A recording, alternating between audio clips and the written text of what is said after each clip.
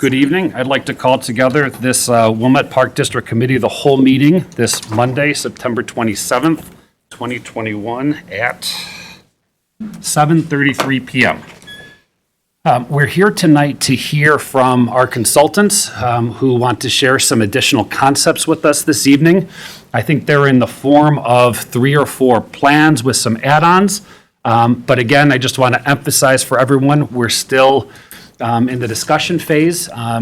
There is no intent to approve anything tonight. I think that the meeting will proceed with the consultants making a presentation. Then we're going to give everyone in the building an opportunity to come up and address us and share any comments that they would like to.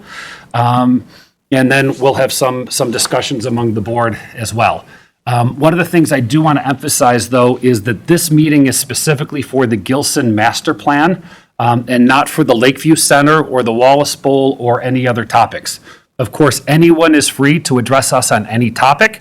That being said, we're focused here tonight on the Gillson Plan. If someone wants to discuss something else or one of the Lakeview Center or something else in the village, probably be more appropriate to come and comment at one of the committee meetings. And the Lakefront Committee will be next Monday?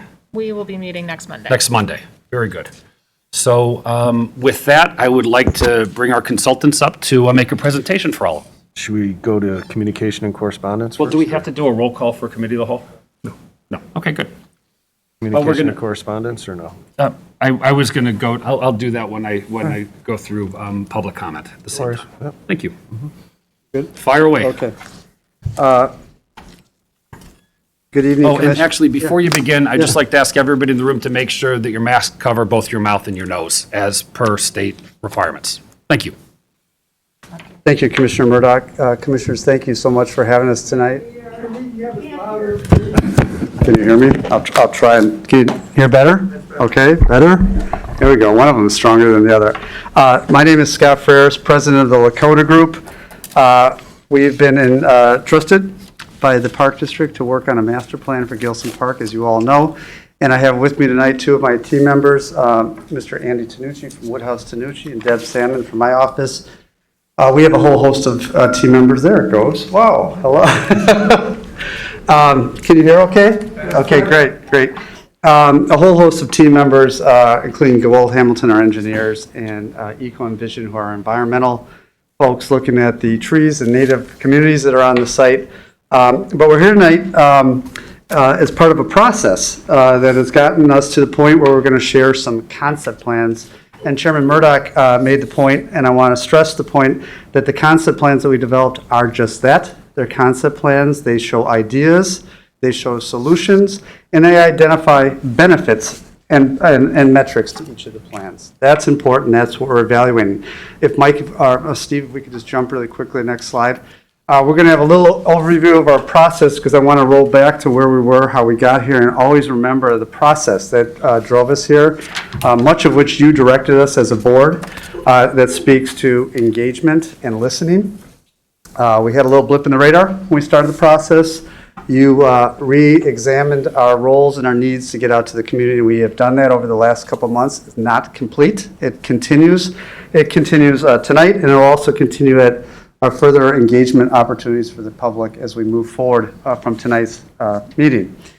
The other part of the process we want to talk briefly about, if we jump to Mike, is we created some themes that we want to talk about, and we created some fundamental principles that we're going to show you on the screen, but we also have a board here so people can refer to it, and I don't know how that picks up on the computer, on the camera, but it is in the slideshow.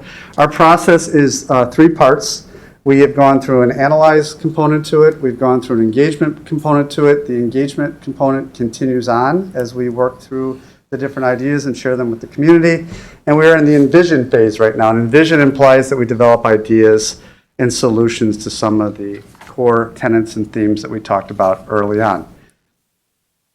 I can jump to the next slide.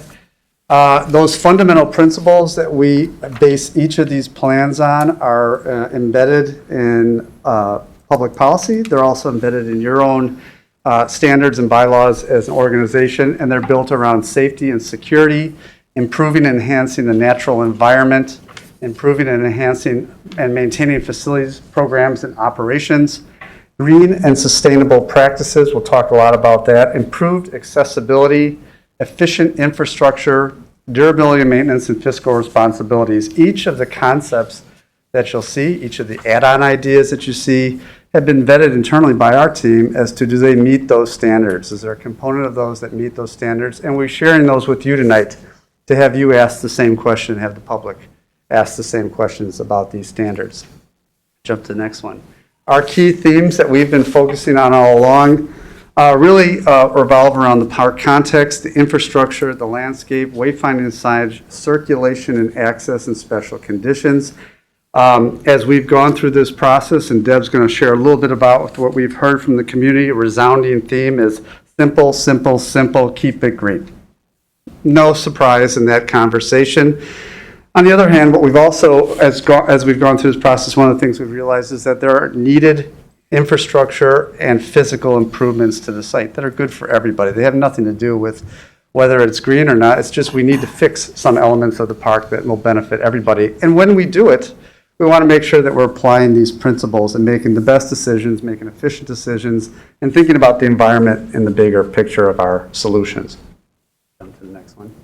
I'm going to let Deb talk a little bit about our public engagement process to date, which has driven some of our understanding. We'll share that with you now.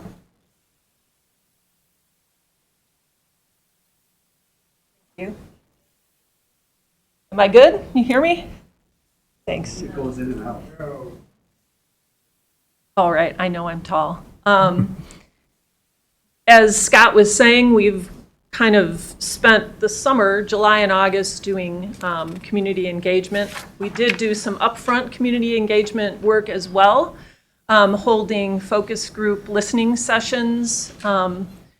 We held some online surveys. We did some pop-up events at the French Market, the sidewalk sale, and at the 4th of July or 3rd of July celebration. And we also held a couple of community open houses. If you go to the next slide, Steve, you can see what our coverage was. We had about 30 participants at the initial focus groups. In our pop-up engagement events, we had about 100 participants. In our open houses, we had 80 plus. And then we had a really good response to our online survey, which ran for about 6 to 8 weeks, 1,800 plus. Go to the next slide. So as Scott was saying, I'm going to use this.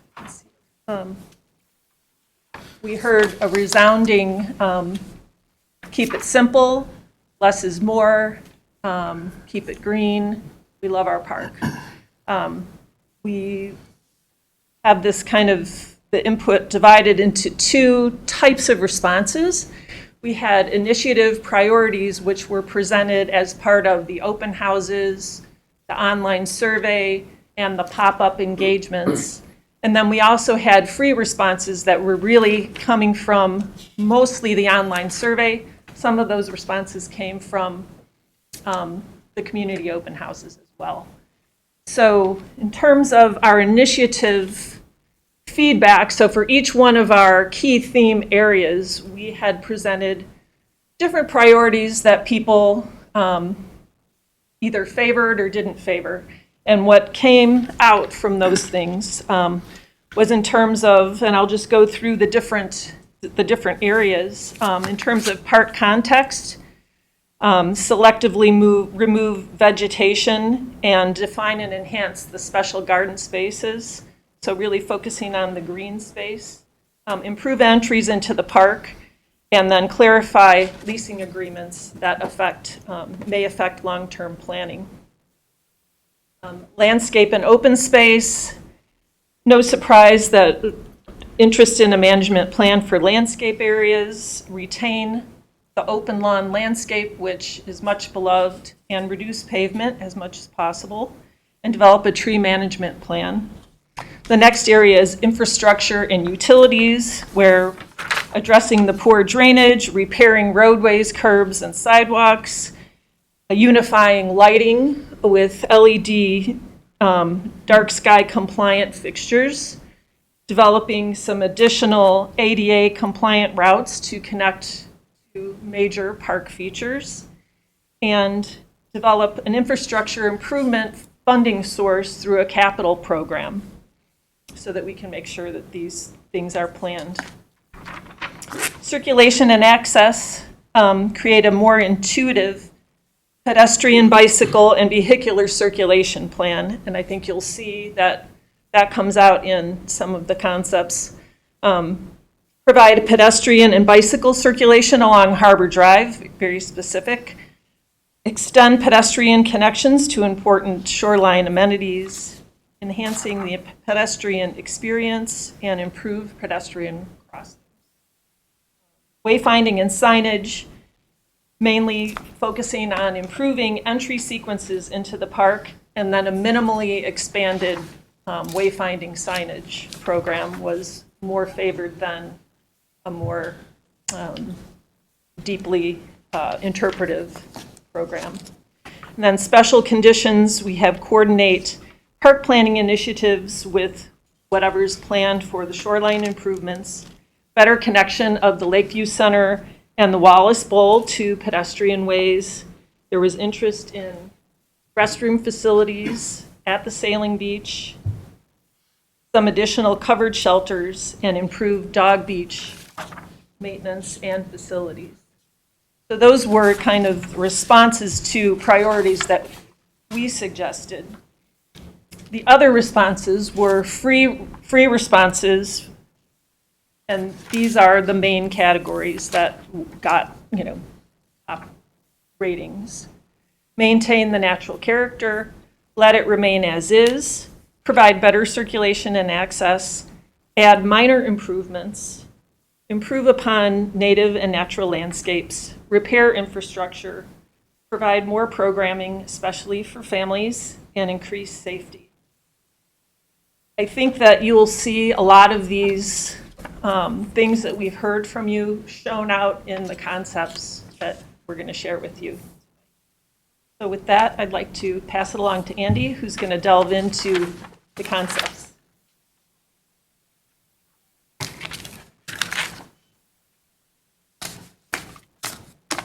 All right, let's try this. I think I can hear myself okay? All right. Good evening. We have a few concepts to share with you here tonight, and I just wanted to start off by walking through the first two. I think anecdotally, when I first really acquainted myself with Gillson Park, it was several years ago at the start of the Beach House project, and I can distinctly remember walking into the bluff landscape just south of the current Beach House location and being really taken by the way that there's these different landscapes in Gillson Park. It's a bit of a geological masterpiece as far as Midwestern landscapes are concerned. And I'm not a geologist. I do sensationalize things when I talk. But the landscape is really spectacular because, the lake bends in this really distinct way right here in Gillson Park. And the way we show the plan doesn't quite give it justice. But you all know this better than I do. But it comes down from the north and it kind of bends out to the east. And in so doing, it creates this little natural catch of the littoral drift. And this is what allows the beach to be so rich in sand and for that dunescape to form. And I think that the plans really want to celebrate that there are these two sides to the park. And they're not equal, but they're both extremely distinct. And we shouldn't let their characters get lost. That dune landscape that hugs the lakefront, that then circles around into this incredible parkland landscape. And as you come back to the north, you actually find the start of the bluff. There's really not a bluff south of Gillson Park, down into the city and around the bend. But as we know, as you get further north, the bluff is much more distinct. And it really happens right here. It happens as you come up, overlook to Lakeview, to the Wallace Bowl. It's really the start of the bluff. And then there's the bluff at the backside of the beach house that then extends up north. And I just think it's a kind of lovely thing to realize about the park and to celebrate in the park, which is why these concepts try to maintain these characters that your constituents are all so familiar with. So in this very first concept, really, as we said and as we heard, the plan is to leave the park almost exactly as it is today, with the exception of a few distinct changes. So they're almost even imperceptible on this plan. But starting from the south and working north, Harbor Drive is just not particularly safe. There's no sidewalk provided, and people walk down the middle of the street. So this plan provides for a sidewalk and a bike lane and a drive in a single way flow heading to the east along Harbor Drive. As we make the turn on Harbor Drive, we get to that dune landscape that's kind of been a little bit lost below trees, but that we want to bring back out its character. And the sand has covered that drive to the dog beach and the aquatics beach. So we'd like to suggest putting that on a bit of a boardwalk so that the sand can flow through it, but doesn't cover it. Maintains a very clear, safe access out to that far southeastern tip of the park, which is actually quite a lovely part of the park that's a little bit lost in its current configuration. Along the eastern side of the park, all the way from this south edge, this bend in Harbor Drive to Overlook Drive, along Overlook Drive, heading towards the picnic shelter and all the way north to the lake beach house, right before the sailing beach. We have some drainage issues in the park. It's obviously low. We're right next to the lake. So we'd like to propose some very natural strategies for solving the drainage issues. Obviously, we need to repair some infrastructure that is broken, but there are just these natural low areas that are always going to collect water, and we think through some very natural landscapes we can collect water in those few areas. Again, just to that south edge of the park where the bend is, where the picnic shelter is, there, thank you, Steve, and then just to the north edge, there you go, there. So with some simple strategies, we can improve the drainage or water that's in the park. We've got this little metric down at the bottom of each one where you can see the parking total. So we currently have 466 parking spaces in the park. This maintains those 466 parking spaces, doesn't change it at all. We've got 9.5 acres of impervious surface in the park, and through adding the sidewalk, despite wanting to reduce that impervious as much as possible, we do increase the impervious in the park just ever so slightly, but it's for good reason. All right, I think we can go to the next one. Okay, in this second concept, everything that I mentioned in the first concept holds true. The sidewalk along Harbor Drive, the water, stormwater maintenance improvements, the boardwalk access to the aquatics beach and dog beach, all that is maintained. This option explores, for the purpose of increasing the amount of green in the park and reducing the impervious pavement, removing Middle Drive. So that drive just to the west side of the tennis courts goes away. And that's a significant reduction in impervious pavement. But it also results in a reduction of parking, which can present a challenge in a park that we know is already challenged for parking. But to add no additional parking spaces and just simply bring it back to the total that we were at, we look for and find a few pocket areas of parking around the Lakeview Center, just to the west of the tennis courts and at the north end of Upper Drive. We find a few locations for additional parking. So this does result in a net reduction in impervious on the site, which is great. It keeps the parking exactly as is. It does cost us just a few trees. We lose about, I think, 20 trees in so doing. The last thing I'll point out on this concept is that we know that there's a bit of a strangeness in circulation in the drives from the north side of the park in the beach house and the south side of the park, the more parkland side of the park. So while that connection is fundamental for maintenance, and primarily for maintenance, but also for egress out of the park at night after hours, we have offered and would be interested in contemplating a change in pavement in that area so that it clearly identifies itself as not part of the public way. This could be an impervious paver, perhaps, colored concrete of some kind. But what it would do is it would really suggest whether you were coming into the beach house parking lot from the north in Lake Avenue, or whether you were coming from the parkland side, that you weren't to cross over that. And you're really not to cross over that, as you all know. But with some access control, potentially like a gate that's automated, or even just a simple gate that's locked or opened each night, just a simple process.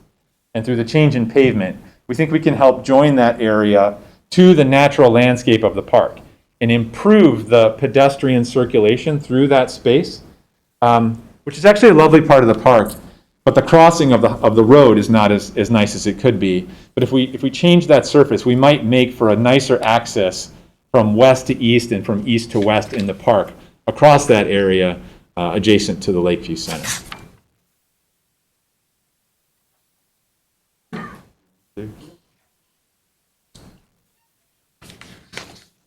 We're just going to switch so we can change up the voices a little bit. If we can jump to Plan 3. And Steve, can you go back to 2 really quick? I just want to make a point. Actually, go back to 1, if you would, please. Thank you. Everybody needs to look at the orange dashed line on the drawing. That line has significance. That line is the line that is the MWRD, Metropolitan Water Reclamation District of Chicago owned property. We recognize it, and we understand. I think one of our tenets in our process is to get a handle on that ownership and how we can control the use of the park and the use of our roadways through the park with relevance to that location of that road and that line, that orange line. So please note that as we go through each of the schemes, we made an attempt in Scheme 2 to pull that road, thanks Steve, to pull that road out of that MWRD ownership circle. That's important to recognize that it allows us a little bit more flexibility with regards to parking or not in that area. Now, in order to accomplish that road, we had to move the pavement, and we had to jostle the pavement in order to hit the same functional points of access and egress, and it has a little bit more impact on some of the elements in terms of parking and trees. And we wanted to show that not as it was repeated through all the plans, but just to show a plan where that's an option that gives us the flexibility to move that. Now, Andy said there were 20 trees removed. Those 20 trees, when you look deep into the plan, you'll see some red dots. They're occurring because of that adjustment to that road, to make that adjustment happen. And that's important to recognize that the trade-offs between making these decisions have other impacts that we need to think about. And we want to point that out. Now, the greater impact is reduction in open space and still meeting our need for what was out there with regards to parking.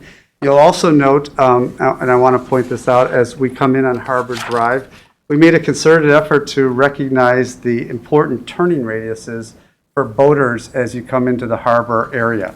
And there's a little wedge, a little T-bone Y area right when you come into the site. That's an important control access point for the park right now for bringing folks in on the weekend, having your person out there. But we also recognize that those boaters need that turning movement to back down onto that ramp and load boats into the water. So that's an important component that needs to be thought of and stay in this plan. I just wanted to point that out as we move forward, because that was the one location, the one plan where we showed the flexibility of moving that road. It's essentially the same road, fairly much the same alignment, but pulled out of that MWRD easement area. So Steve, if we can jump to 3. So in each of these schemes, each of these concepts, we tested ourselves, and we tested our capacity to speak to those tenets of fundamental principles and meeting the needs of good safety and circulation and access, providing for, in this scheme, you'll see some more pathway connections.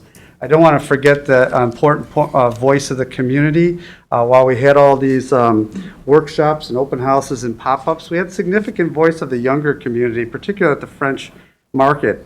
And that younger community said, make sure that there's those access points for moms and strollers and ADA accessibility. Think about that as part of the plan. So that's factored into our thinking with regards to, as we think about removing roads, those roads were also pedestrian corridors. Those roads were also being used as walking areas throughout the park.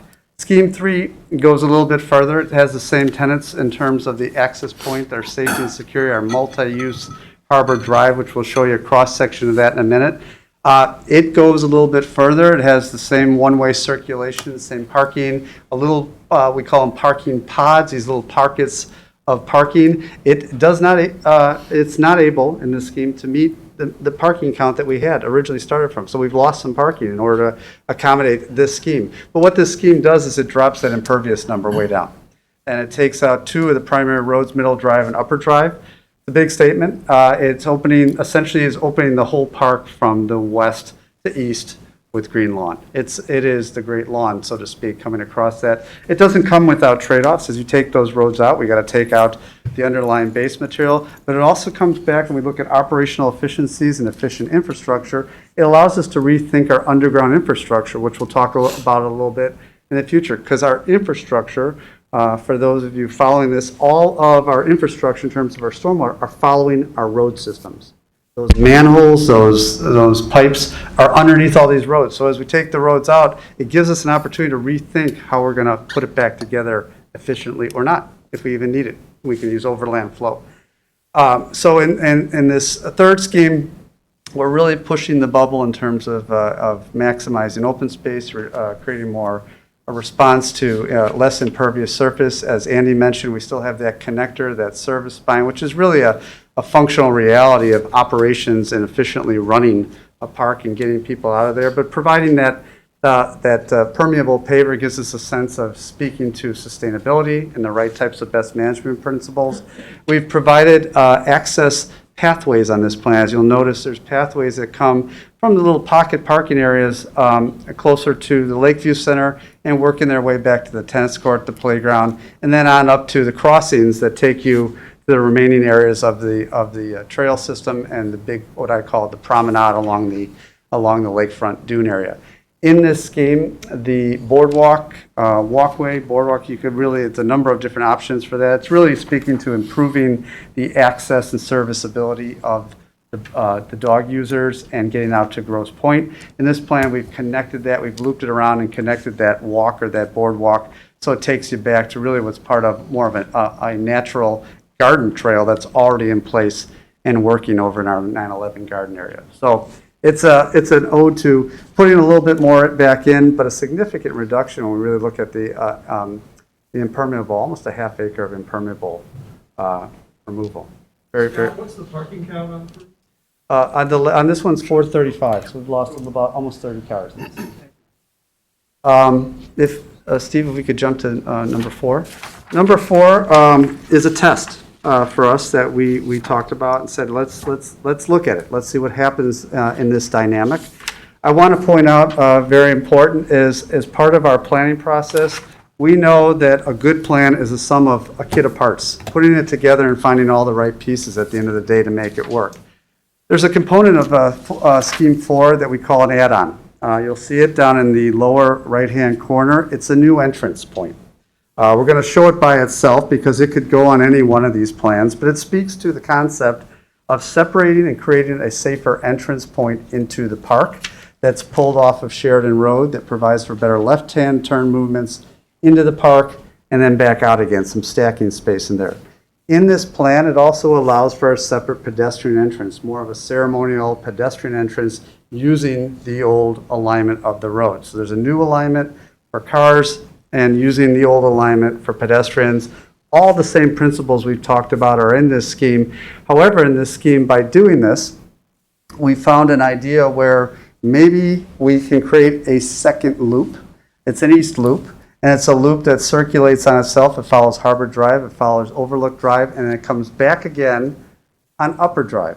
So it comes back out the same place it went in on this scheme. There's an idea that we can come back out. May not be a functional reality, but the idea, more inherent in this, was the idea of providing that different entrance point immediately to the, coming off of Sheridan Road a little bit further in towards the east. Again, from a parking standpoint, we're losing parking spaces in this. A major hallmark of this plan is we've removed the access point onto Washington. There's not an egress that goes back onto Washington. That's taken out of the scheme. And in its place, as we have talked about a number of times, was creating some sort of kind of pedestrian walk or access point into the park in the center of the park that's coming off of Washington, bringing the neighborhood through this area from a pedestrian or bicycle standpoint.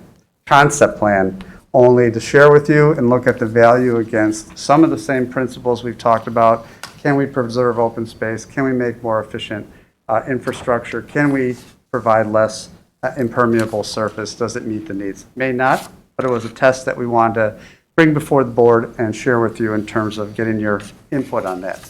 Now, if we jump to, excuse me, Steve, if we could jump to add-ons, and that's why I wanted to put this into context. We showed add-on 1 on the last scheme, but the concept of the add-on was a concept that said, are we improving the safety and security of those coming into the site, both pedestrian and vehicular, if we pull the alignment into the park further east? This dynamic, this organizational layout shows the same kind of access point going to Upper and going on Harbor. What it does is it creates what I would call more of a ceremonial drop-off area in front of Sheridan Shores Yacht Club. You can see the red dots. To be intellectually honest, all these plans identify where we have impacts on trees in order to make these things forward. We're not doing this in a vacuum just for the sake of putting it there. We're thinking about it. There are grading conditions on this site that need to be considered and met in terms of all these scenarios and functional realities of actually putting it together and building it. So this is showing an add-on idea that can be applied to any of the schemes. In this scenario, it goes in and it would come out at another location, presumably Washington coming out. Okay? Concept add-on B was some dialogue that we heard from the community. Again, I think there were younger voices in the community that were speaking to the concept of, can we get another bathroom somewhere between what I would call the beach house and areas where families are using the park areas. And so this concept add-on identifies a location and an option of whether we should investigate this further or not. It looks for a place where a shelter could be placed near the what I call more active recreation, the playground area, the tennis court area, near the overlook drive, near our pedestrian promenade, near our dog users. Is there an opportunity to put a simple shelter with a simple restroom facility?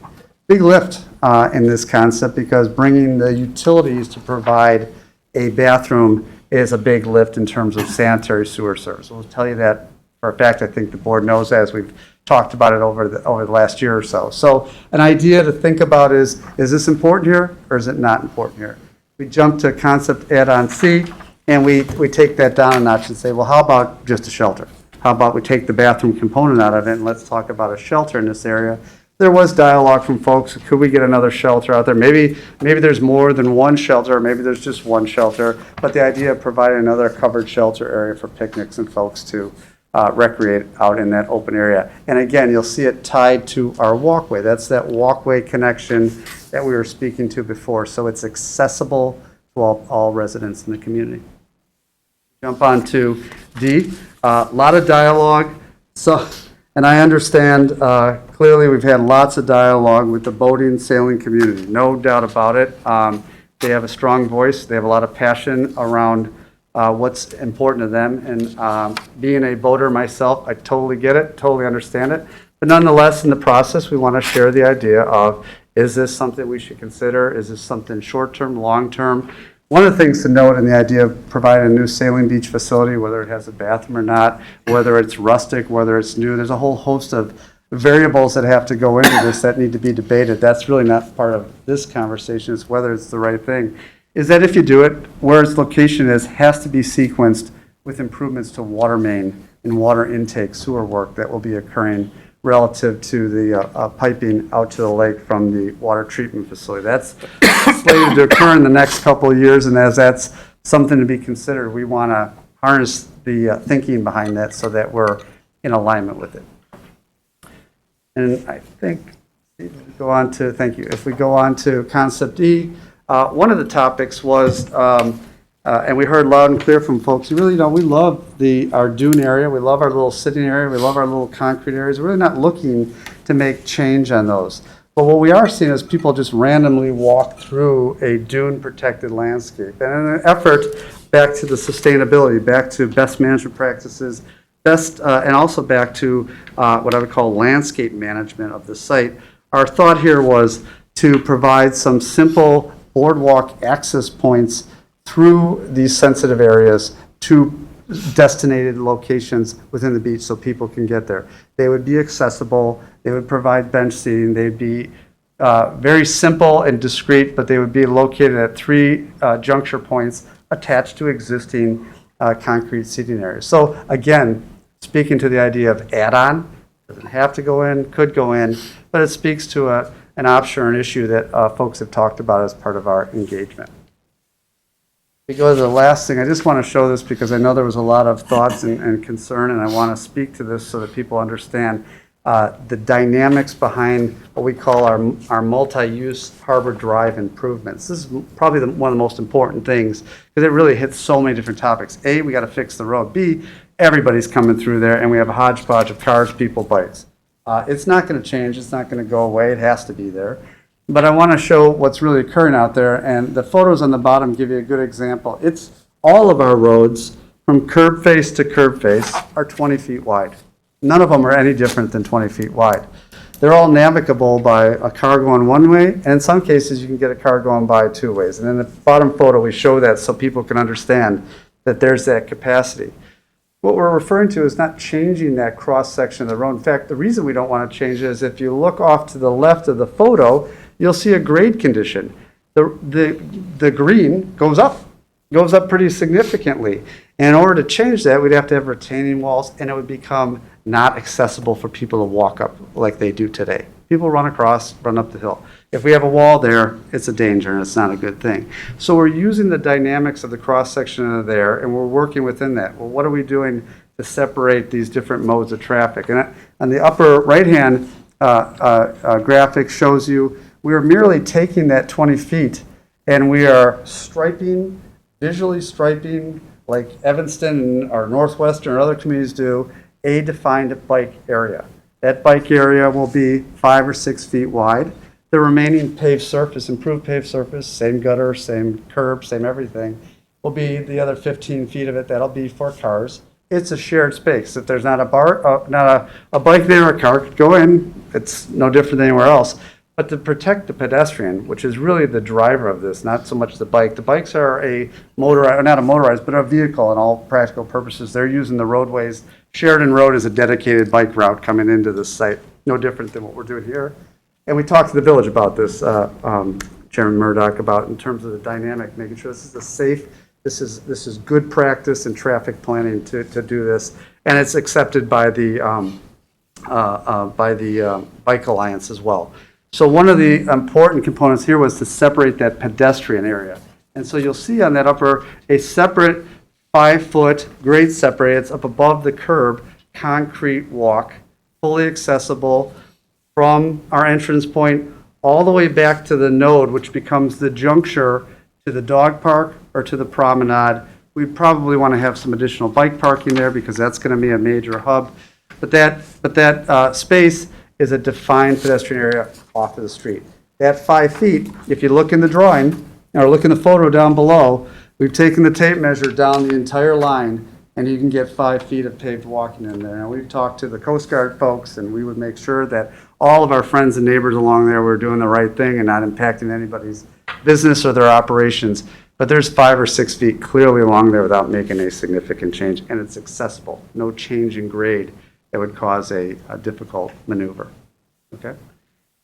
We can jump to the last thing. And I spoke to infrastructure, and I don't want to get into a deep dive on this, but I highlighted on purpose all of the underground infrastructure. And suffice it to say, some improvements were made as part of the beach house facility. There's a lift station, sanitary sewer, kind of on the what I would call on the north side of the park.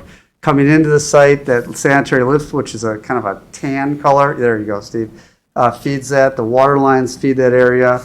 The blue area are all of the water lines that run through the site. Don't have enough information on which one of those need to be replaced, but we'll have to get into that a little bit further as we pick specific projects. But what we do know is that all the green, or that light green, are all of our storm sewers. And in most conditions, they're in very poor condition. They've collapsed. The manholes are filled in. They're not deep enough. We're not getting the flow out to the beach areas. And you'll also note on the drawing some light green little pocket areas on the northeast up by, Steve, if you could point up by the dog beach, our little green, there you go, our little dry, we call that kind of our best management dry creek bed areas. Another one in the center of the site, another bioswale, there you go, right off of there. And another one down by the sailing beach will occur down there. Those are natural low points where water is already collecting in sewer areas, and we want to create more of a natural drainage system and planting structure to support those low areas. But the infrastructure improvements, really the fundamental infrastructure improvements are those storm sewers. And those storm sewers represented in the light green follow the roads. And until we hone in on the direction that we're going to go with the roads, we can't speak to the final solution, but we know that we can reduce the amount of storm sewer by reducing the amount of road. Virtually, the water is going to flow over the surface of land. Some of it's going to percolate into the land, and some of it will go into storm structure and go out that's being rebuilt. But there's a significant, back to the efficiency of infrastructure and cost efficiencies in this, that ties to all those road plans. That's why those road plans, not because we like to design roads, but because they're an infrastructure that needs to be improved, but there's another layer of improvement below it that we really got to get to. And we can't solve for that until we get a handle on where we want to go. So suffice to say that's in motion. We're thinking about the costs of each of those sections, and we're thinking about the costs of all those relative to each of those different scenarios. That's our next level of thinking, is to get into that and be able to show to you in the community, look at the savings achieved by moving through each of these different schemes, what the benefits are to that. We have one more in here.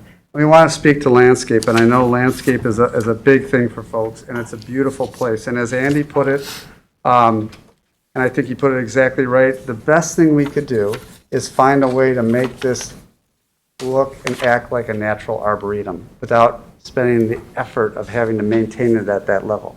Certainly with trees and vegetation, there's a maintenance package that goes with it. There's a cost to maintaining it, a cost to keeping it up to a certain level. And we want to make sure that there's a plan in place that you can take care of moving forward. As part of that, we've developed a very simple strategy.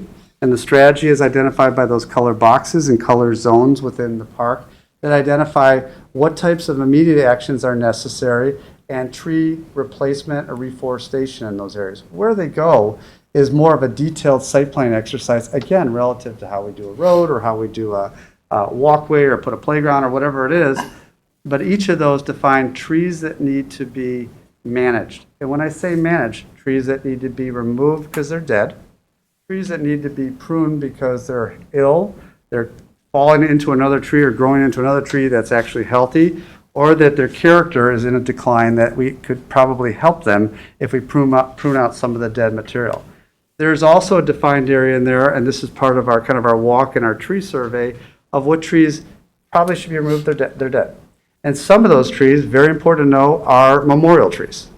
It's a big topic, and we were talking about, Andy and I and Deb were talking about it, and we're like, we need to create a simple solution to how we still implement a memorial tree program. As we plant new trees, are we going to put a plaque in the ground that's long there after the tree has died and removed, or do we want that memorial to be part of the tree?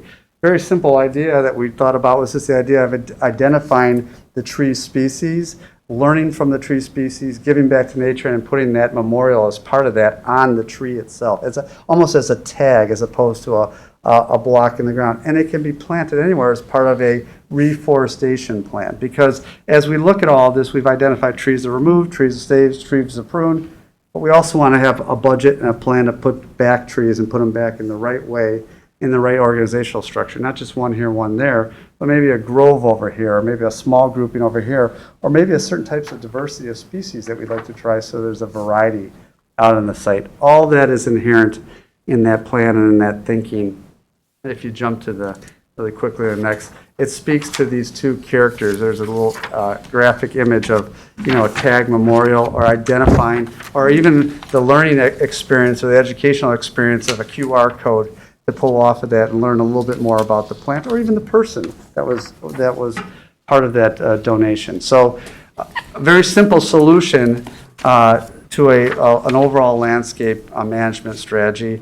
And again, speaking to the character of this place and the park versus that beach, there's just so many unique experiences out here how do we put it back together again from a planting and vegetative standpoint? And there's also, we haven't even talked about all the beautiful small parks and what I would call the more intimate native areas that have been created out here. There was a strong desire to kind of leave those as they are. Find them as you may. You don't need to create dedicated pathways in there. Keep them natural, keep them simple, and let people enjoy them for what they are, and actively manage them as part of that program. And then, there you go. We look forward to your comments tonight. I will tell you, as identified in our process with you that we set up, we look forward to input. We look forward to getting back with the community and share these in another open house so that people can see our ideas, tell us great, horrible, get it off there, or whatever. We've got thick skin, and we appreciate good conversation with folks and criticism. And then we want to be able to sit back with you and start going through really the dynamics of what does it take to finalize the plan, what does it take to put together budgets to some of these things, and understand the dynamics behind those so that you can act on them as you may. So with that, I will turn it back over to you. Thank you very much. Appreciate it. Thank you. If the other commissioners are agreeable, I'd like to open the floor to public comment, and then we'll all have an opportunity to ask some questions as well. And I would like to remind everyone before you come up to address us, one, if you'd please let us know your name and where you live. Please keep your comments to 3 minutes. And while anyone is, of course, free to speak on any topic they wish to address us, we are focused on the Gillson Master Plan and not the Lakeview Center or other topics. So to that point, before I begin, referencing communication and correspondence, we did have a letter from Lorene Thomas about some safety issues. Now, we appreciate the letter, and I think probably better for us to address it in the Lakefront Committee next week. But thank you for being here. In terms of just a quick show of hands, how many people want to address us this evening? Great, okay. Why don't we start on the right side here in the second row and then kind of work our way back, and then we'll go from front to back on the opposite side as well. So, Lorene?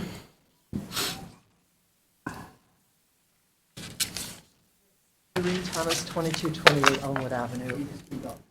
I will do that. I'll speak really, really loudly. Lorene Thomas, 2228 Elmwood Avenue in Wilmette. One quick question. Did you do the beach house, your group? Loved it. Just absolutely. And I appreciate that, but if you would address us. It's lovely. Yes, it is. I agree. Thank you. But if you would address us, thank you. I have a few questions about the presentation and a couple of safety concerns. Safety is my absolute biggest issue, and I will hopefully be able to come to the meeting on next Monday and address some of that there as well. All right, I will try again. I think if you try the other microphone. Okay. That one's better? better. Okay. Safety is, I think, for me, the biggest issue. I'll try to get to the meeting next week. But some of the points that were brought up in the presentation, I would like some more information about. So, for example, the change to the entrance, it looks like that's still going to be one-way traffic going into the park, but then I couldn't tell if you were anticipating having people leave, both enter and leave through that same entrance. There was one plan that considered it, and we're just looking at concepts at this point, Yeah. so there's not a specific plan at this Okay, point. good. Well, the one add-on showed the change in the entrance. I only am concerned because trying to have people entering off of Sheridan Road and also exiting the park, I think would be a safety disaster. Thank you. So that's number one. The the Harbor Road improvements, the bike lane. Right now, people bike in both directions on Harbor Drive. Pedestrians walk in both directions. I don't know if the plan allows for a bike lane that would be wide enough to accommodate two-way traffic. And if not, then that's another safety issue that needs to be looked at to make sure that bike riders are only going in one direction. Also, I didn't know, and this is a question for the board, I don't know if you're intending on keeping the parking on Overlook Drive for Wilmette residents and also those with Gillson decals. I really hope that you will, because that, I think, has been one of the most difficult things for people.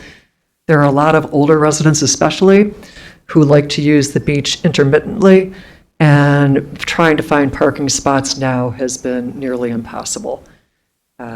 Even with one former police officer, I believe, who has been trying to keep the parking scofflaws at bay. Let's see. And you're right at about 3 minutes. I'm sorry? You're right at about 3 minutes. If you Okay, could. all right, that's Thank you good very enough. much. Thank you. I have more, whatever. We'll see you next week. Yes, Alan. You didn't come this prepared. Alan Golden, 2516 Laurel Lane, 39-year member of the Sailing Beach. I actually have 4 direct questions, and it'd be wonderful if I could get some direct answers. So in early August, I did a pretty expansive analysis of the survey data by the Lakota Group, which I sent to the entire board and to the Lakota Group. And basically, I got feedback from one board member. I got no feedback from the Lakota Group. So my question is twofold. One, why was this correspondence never included in a board packet? It was an 11-page analysis, never included in a board packet anywhere. Second question is, did the design consultants look at that analysis in preparation for their presentation tonight? And if not, why not? On August 16th, I sent an email to the board addressing safety issues and parking issues at the Sailing Beach. Again, this correspondence has never been included in a board packet. Could you say that again? I'm sorry. The correspondence has never been included in a board Which packet. one? Oh, on August 16th, I sent an email to the board considering safety issues, parking issues at Sailing Beach, including 3 suggestions to improve that. Never been included in a packet, and I'd love some direct response on my 3 suggestions. I've received nothing back. If I'm out of my mind, tell me, but I'd like some feedback. I'm getting 0. I got one board member contacted me. I also suggested in my data analysis of the lakefront survey that the Sailing Beach be surveyed separately. Has that been taken into consideration? I also offered to help design that survey. And again, if it hasn't been taken into consideration, why not? And the second to last question is, have the 3 board members who very kindly took me up on my offer to see the operation at the Sailing Beach and go sailing and talk to a lot of the sailors down there, shared their impressions and their feedback with anyone else on the board? Again, I've received no feedback on that either. And lastly, the question is actually for the Lakota Group on add-on concept D, which you showed. There's something here that says expanded drop-off area, and I have no idea what that is, because nobody drops anything off in front of the shack. Thank you. Thank you, Alan.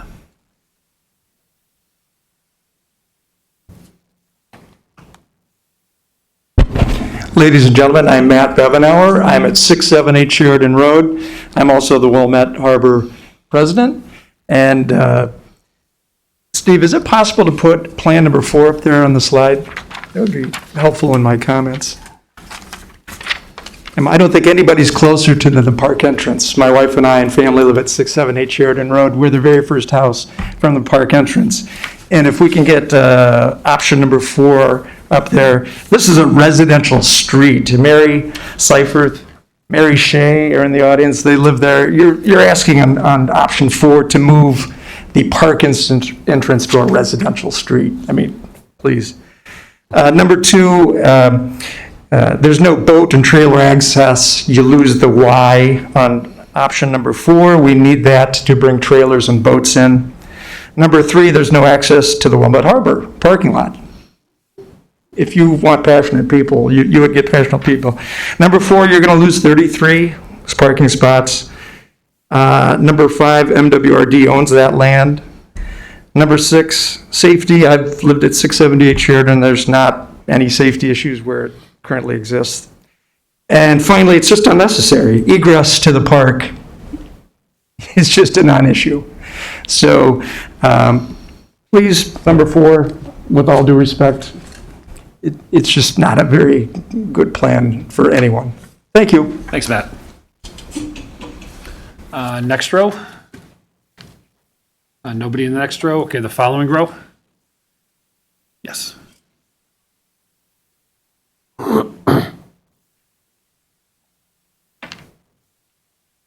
Hi, my name is Tanya Chevalier, and I live at 789 Michigan Avenue.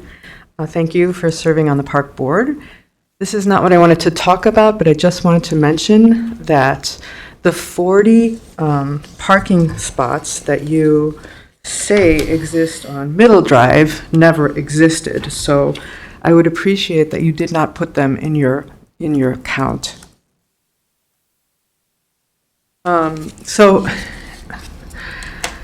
The 4 excessive Gillson Park plans, which were presented in the spring and were a blip on the radar, as Scott said, were based on 3 types of input: a commissioner and staff walkthrough, 30 stakeholders of the park, and 153 Wilmette residents. Because many concerned residents were opposed to the drastic changes revealed, the consultants were asked to further poll the residents. The opinions of 180 more people were asked during July open houses and in-person events. Finally, an online survey, or rather a wish list, whose questions were leading and directing the survey takers towards a particular outcome, was sent out and 1,800 people responded. I want to speak tonight about the survey, which was mostly a wish list of things the commissioners and Park District staff would like to see in Gillson Park, and what the consultants known for planning, urban design, and landscape architecture would like to do in its unmanicured setting. It was sent out to determine the 4 new iterations of the Gillson comprehensive plans, which were presented tonight. Your marketing and communications manager wrote that the survey was sent to approximately 22,000 people, who are mostly Wilmette residents. He also wrote that it was posted on the website and in other facilities throughout Wilmette, and anyone with internet access and a computer smartphone was able to respond. Per the Village of Wilmette website, the population in Wilmette is 27,000 with 9,700 households. Number over the age of 25 is 17,000. So 17,000 is the maximum number of people who could potentially receive the survey, not 22,000. All of these 17,000 people are not in your database. All of them do not use the Wilmette Park District services. Therefore, the Wilmette Park District sent the survey to many non-residents who register for recreation offerings and who are part of the 1,800 responses received. Only Wilmette residents should have received a survey, because only Wilmette residents are on your organizational chart. And at the top of it, I might add, which means the results are inaccurate. This wish list survey did not even engage with the vast majority of Wilmette residents. As Sarah McFarland Taylor, a professor in environmental policy and culture at Northwestern, and an environmental author, said to us at Keep Gillson Green, the man-made structures and various added features are supposed to add value and revenue to the park, but what the development consultants miss in their myopia is that the true value of the landscape is in the natural, unmediated setting as a respite for urban and suburban dwellers. Once you kill that, you kill the value of the park. Please keep that in mind as you finalize a plan for Gillson Park. Thank you. Thank you. All right, in that same row, is there anyone else who wants to speak? Yeah, please.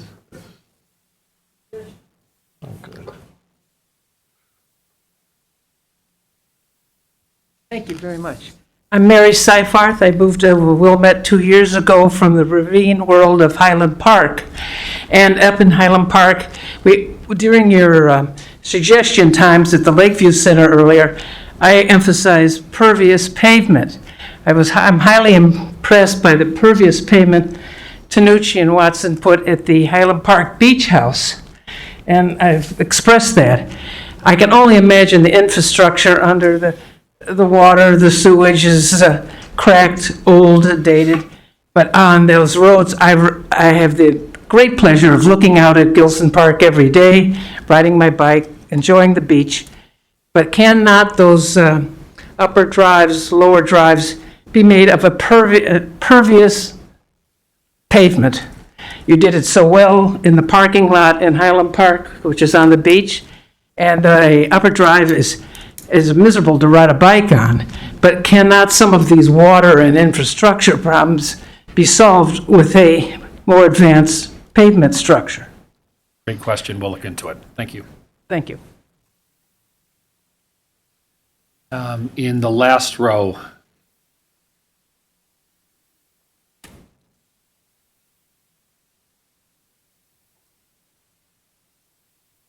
Hi, my name is John Bowman. I live at 321 Washington Avenue. I've got 3 different questions or general comments. 2 of the people before me have both gone into what did the survey produce and how did you get your requirements and problems that you're trying to solve. In the presentations tonight and in other material I've looked at, I've never seen a good list that enumerated all the different issues that are the most important to solve. Now, the consultants said the main thing they heard was people wanted no changes. But tonight we heard things about sewer drainage, the MWRD, which is going to be another one of my questions, and other things. So I'd really like to know exactly what are the important problems you're trying to solve, not just the wish list of we can do this, or we could do that, or we could do the other. The add-ons are great, but what is the reason for them? So that's one point. That's the biggest point for me. The second point that's a little less, there was a discussion about the traffic circulating from the beach parking lot area, and they were going to put different pavers to separate the drive that goes up and then eventually goes out through Washington Avenue. So there is a way right now to circulate from the beach park out to Washington Avenue, but the way I understood it tonight was they were trying to keep the parking on the north separate from the parking on the south, which it's not today. So that was not clear to me what was going on with that. So what is the drive thing? My final question is that MWRD, that land was talked about tonight. Is there a problem? Does MWRD, I assume there's some sort of agreement. Is that agreement coming to an end? Is there any reason to think that they're going to give trouble if we continue to use that for the drive at the top? Why would that be an issue on any of the plans for the park? Thanks, John. Thanks very much. Anybody else in the back row on this side? All right, then over on this side, the third row. Okay, fourth row. Thanks, Beth.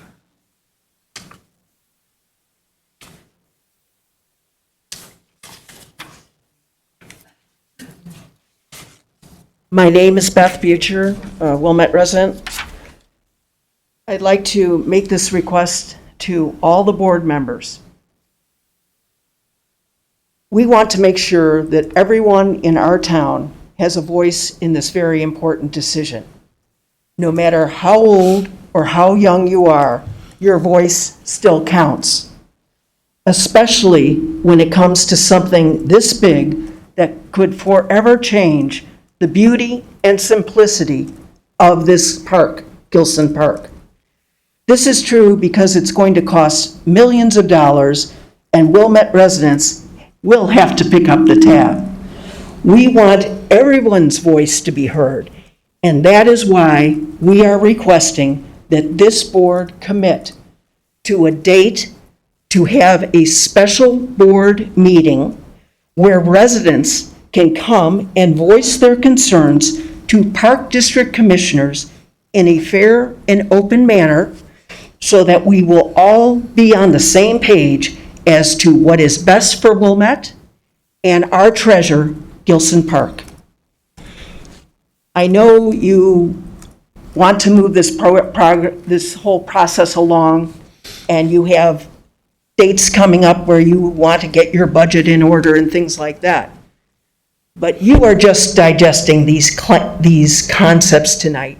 Wilmette residents really haven't even had a chance to look at them, much less figure out what they mean to them. And more importantly, this park board has not had a public hearing with its residents about any of these concepts. You've had open houses, you've had informal sessions, but you need to have a public hearing with your residents so that they can come up and speak on the record to you. I realize you've got a big job ahead of you. Please do not forget to incorporate and bring into this process the breadth of this town. All of Wilmette residents need to speak to you. They want to speak to you. please give them a forum to do so. Thank you. Thank you. Anybody else on this same side? Great, please. Yes, my name is Ross Green. I live at 116 6th Street, and I just wanted to speak briefly to the parking issue, if there is one. You know, there really is ample parking in the beachfront lot. And I don't think we should make it a priority to try to replace every space that may be lost by removing one or another of the drives in the park, because I would doubt very much that there's all that many days when the combined parking capacity of the beachfront lot plus whatever would be left after you remove any of these drives would be exceeded. Most of the days when we've gone to the beach this summer, including very warm days on weekend, there's been, plenty of parking left over. And most Wallace Bowl events are in the evening and don't conflict with peak parking at the beach.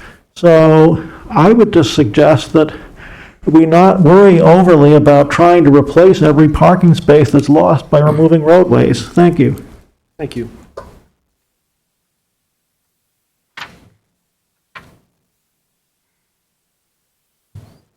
Hi, I'm Lori Farrell I live at 857 Michigan Avenue. I didn't plan to speak, but I just wanted to ask a question about the questions. And I didn't know Beth was going to ask about having a forum, a public forum or hearing where people could talk, but what is the best way for residents or the folks here who have asked questions to actually get answers to those questions? Because they feel, the few times that I've been here, they just feel very rhetorical. And maybe I'm missing a follow-up process, but I just feel there are a lot of good questions posed, and I'd love to know how we get those answers. Thank you. Thank you. Is there anyone else who wants to address us, please? Sheila Bauer, 805 Laramie in Wilmette, and I just hope that you, while you're making these evaluations, focus on the infrastructure and repaving the roads, and that I hope you do not get into changing road directions and taking roads away. The add-on concepts and adding bathrooms, I believe that's an enormous expenditure that doesn't, exclusively serve the Wilmette community. This Gillson Park is, visited by so many non-residents that I would hate to see us spend an enormous amount of money servicing, that doesn't service just the residents in Wilmette. The parking issues in town in the summer on our neighbor streets is really a problem. So I think that maybe, I know at a prior meeting there was something stated that we sold 15,000 non-resident beach passes this summer, which would make us maybe guess, what does that equal, how many visitors we had at the South Beach? 30,000, 45,000? So I would like to see us not make it any more convenient for people to come to the park by having add-on drop-off spaces and additional bathrooms and all of that. Thank you. Thank you.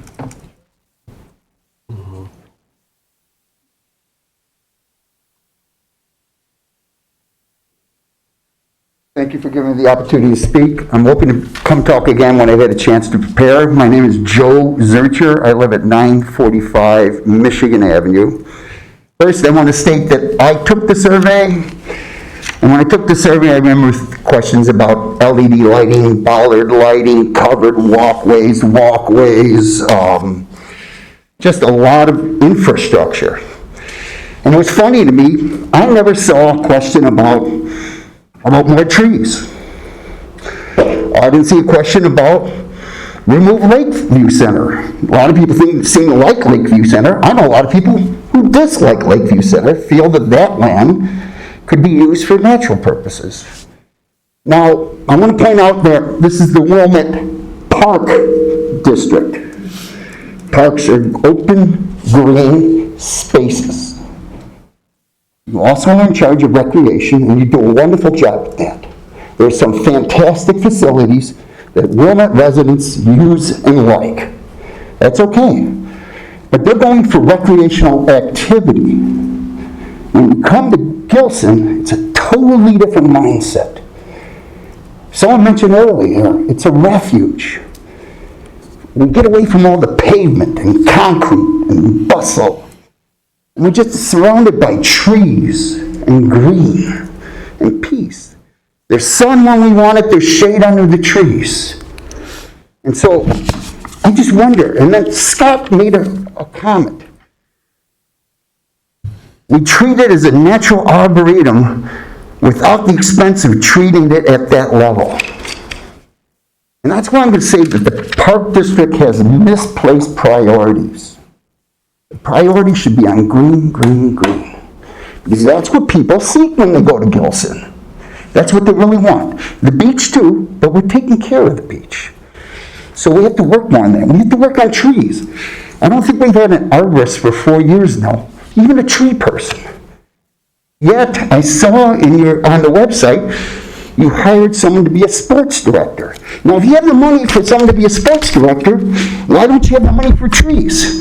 And then we also talked about, okay, we're going to get rid of the trees, some trees, because we have to, but we'll plant new groves and new groups. Well, that's not how trees work. Trees are like people. You go every year for an annual physical, and some doctor looks you over and makes you okay. It's an ongoing process. Every year, you remove the dead ones, you prune or cure the ones that need help, and you plant new ones. And I walked the park. There's only one area with new trees. And it's not hard to tell a new tree. You don't have to be an arborist. They're little. They're like circumference of 6 inches, and they're short. Anybody can tell. You don't have to be a pediatrician to tell a child. You don't have to be an arborist to know a tree. Thank you. The only place I've ever seen new trees is in the parking lot by the beach, the new parking lot. And they are merely accents to the parking lot. They're on the periphery and the medians, but they're not a centerpiece.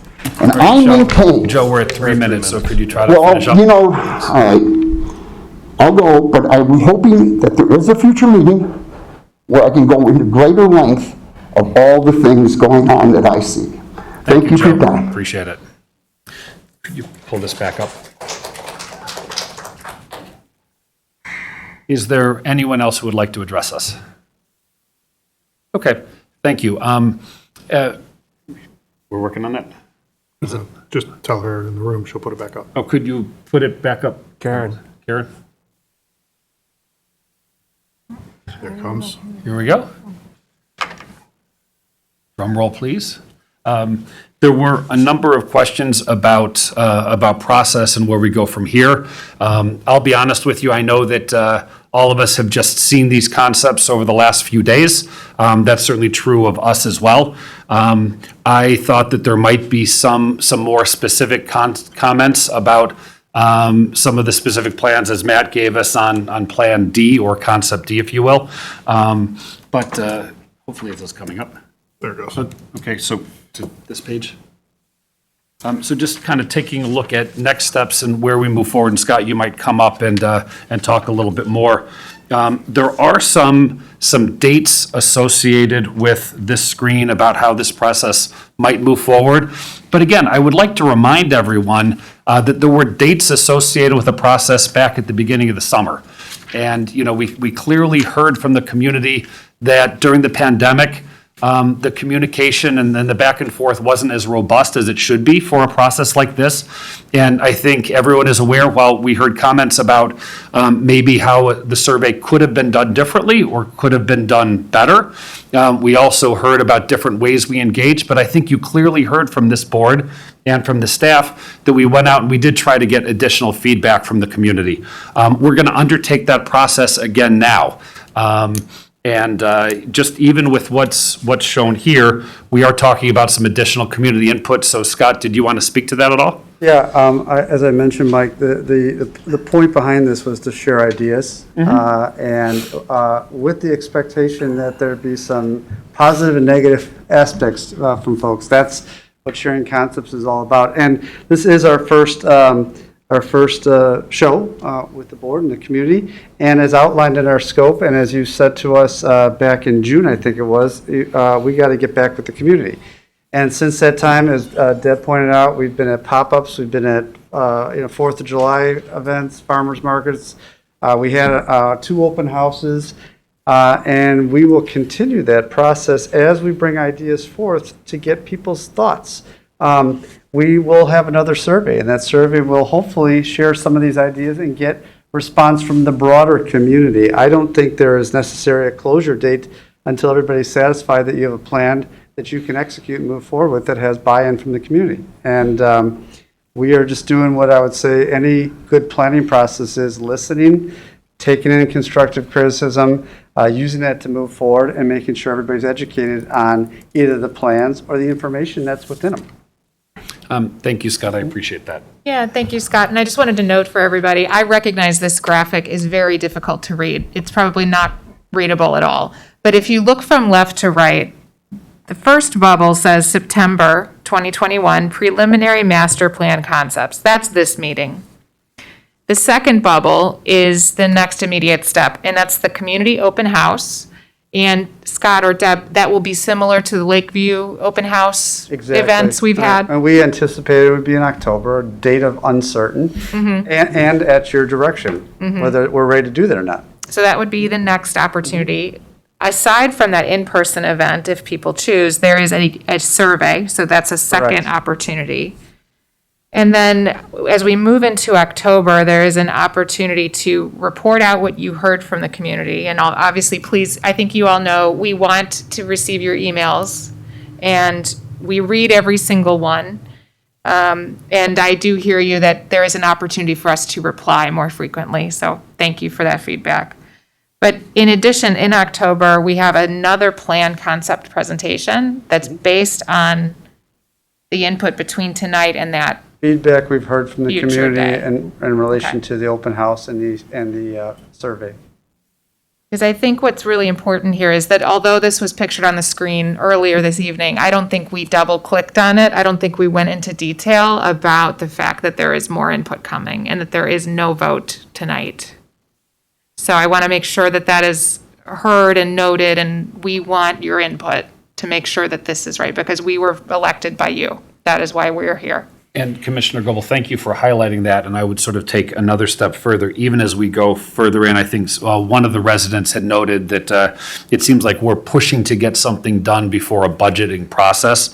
And we do work on our budgets in November and December of every year. And to the extent that we do spend some money on Gillson, I think we all recognize we're going to spend some money on Gillson, and hopefully we're going to spend some money next year. I think there's, I haven't heard a single person say that they don't believe that the roads or the sewers need to get fixed, and we'll see where we go from there.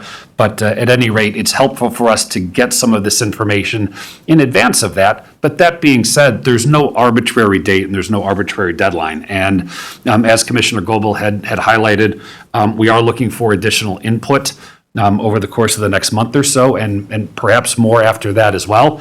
And I would like to highlight again that that there was a plan that had previously been outlined, and we heard very clearly that people wanted additional input, and we've tried to gather additional input, and we'll continue to gather that input as we move forward with this process. So there is no arbitrary deadline. And with that, I think I would like to open up the floor to the other commissioners and see if anyone has any questions or clarifications on the concepts that have been presented. Commissioner Frazier, would you like to begin? Sure. I'm breaking it into two topics just for, just to be able to keep myself in order and clear. Drainage and pedestrian related. I think it's helpful to be able to restate to everyone the benefits of moving out of MWRD land. I'm not sure I'm completely clear on that, and I think everyone, especially in the audience, would be interested as to why that would be a benefit. The Can you hear me on this one, or this one? This one's better, I think, yeah. The MWRD gives us the ability not to have to focus on the parking issue that's provided on that street, on Upper Drive. We do not have to provide parking if it's our road on that particular area. Within that area, the MWRD requirements are that we have to provide public parking within that park. It's a public lakefront access, Public waterfront. non-resident parking. And I just want to Yes, state the correct. obvious that it is a public park, and therefore providing free parking to our public is an important feature. So I don't feel as pressing of a need to move that road. I understand there are benefits to it. This sort of ties into my next questions about drainage. I noted the comment that reducing some of the roadways would help us to reducing some of our storm sewers. And I am not an engineer, but to me, if I hear we're reducing storm sewers, I hear we're reducing ways for water to get off of and to not pool. So how would that benefit No, the the park? water that comes down from the sky has got to go somewhere. Some of it we want to go back into the ground. The water that's coming down now lands on those roads, and when it lands on those roads, it has to find its way to a sewer and get to the lake. The idea is to put more in the ground before it even gets to the lake, and the idea is that if we remove that hard surface, that impermeable surface, and all the utilities underneath there, we can still convey water over the top of it. You still have to grade it and drain it. You still have to have swales. You still have to have catch basins to catch it and take it to the remaining improved sewer system. But we can remove sections of it, and we can use earth to let the water get into the ground. That's what it wants to do. And really, underneath much of that whole area, particularly the east end of the whole park, is sand. It's a sand dune. It's a giant sieve. The water goes into it and goes down the ground. So storm sewers aren't really doing much along that whole overlooked drive. In fact, most of those catch basins are completely full. So it's our job to figure out how we're going to get water out of there effectively and manage it to the lake, but also to other areas of and back out towards the road system. Okay, and with the best management stormwater solutions, will there be drainage linked to stormwater sewers there, or is it just a natural drainage system? So there's best management solutions don't mean that there's not infrastructure or stormwater. Best management solutions are the ways in which you contain the water, hold the water, allow the water to percolate into the ground. So those 3 stormwater bioswale areas we've been talking about are natural areas, depressional areas. They may be planted with beautiful native grasses and wetland-type plant materials, and they're meant to hold water, but they do have a sewer still underneath them that catches the overflow and takes it out. It's not like we're just going to let it sit there, and when it goes away, good for us. You got to manage it. It's still a management component. Okay, the second part of my pedestrian question, I feel like we've addressed the south end. I, as everyone here probably well knows, walk the park every single day. And the Lake Ave entrance is where you see bikers fly down. I mean, there are triathletes training there every morning. I certainly walk that every morning. I still don't see us addressing that north side of the park and our pedestrian safety. We had addressed it in earlier conversations. One of the issues was the accessibility, particularly along that slope. It's a steep slope coming down that area. And what do we do if we're going to improve those areas? How do we get ADA built in it? It's a little bit more challenging.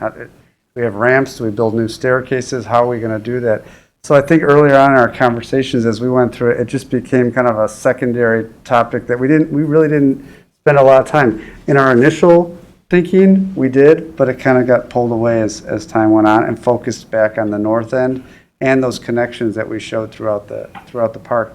A lot of the people use the roads as their primary walking. That's paths. The roads are the walking paths. And a lot of people just walk across the grass. That north end is a little bit more challenging. That north end requires some more engineering to improve accessibility to get down to the beachfront area off a lake.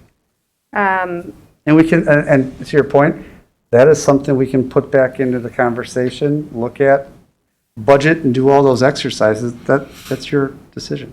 Okay, thank you. My final comment just is I as a commissioner who I hope has championed the idea of surveying our public, I mean, it's certainly one of the topics that I campaigned on in wanting to reach every generation of Wilmette, as my family represents every generation. It's so disheartening to hear that so many feel they haven't been given voice, and I certainly want to do everything I can as a board member to make sure we are providing the correct forum for that. I laugh as you speak about those young moms who want to be able to push a stroller. That's me. But I also have a 71-year-old mom who needs access to the beach that's ADA compliant. So I truly am trying to wrap my head around how we best do that. I think we have an opportunity with this next survey. I really would like to be a part of the writing of that. Mm-hmm. I think that the first survey that went out was, as a non-consultant as well, I'm realizing all the things I am not tonight, it was very consultant speak. And there are many members of our community, myself included as a stay-at-home mom of 11 years now, who read that and 46 questions in, felt overwhelmed by it, and frankly didn't have the time to get to question 46, which was free form. Mm-hmm. So I think involving someone like myself and having a small group to discuss how we make that more accessible is very important to making sure that all voices are heard. Thank you. Commissioner Koslowskis? Yeah, before I jump into my notes, I want to echo Ally's suggestion about the survey. I think a small test group and a survey ahead of time could serve us well this time around. Anecdotally, as my own husband was taking the survey, not to embarrass him when he watches the recording, he had to ask me several times, what does this mean? What are they asking me? And I realized that if you're not intimately acquainted with the language and the presentations to date, that it could be confusing how to answer those. And so those are very, very good points, Sally. Thank you. Just a few tactical items. I want to acknowledge one of the comments about Middle Drive didn't really have parking. I had that same question as well. My understanding was that it's sometimes available and often not.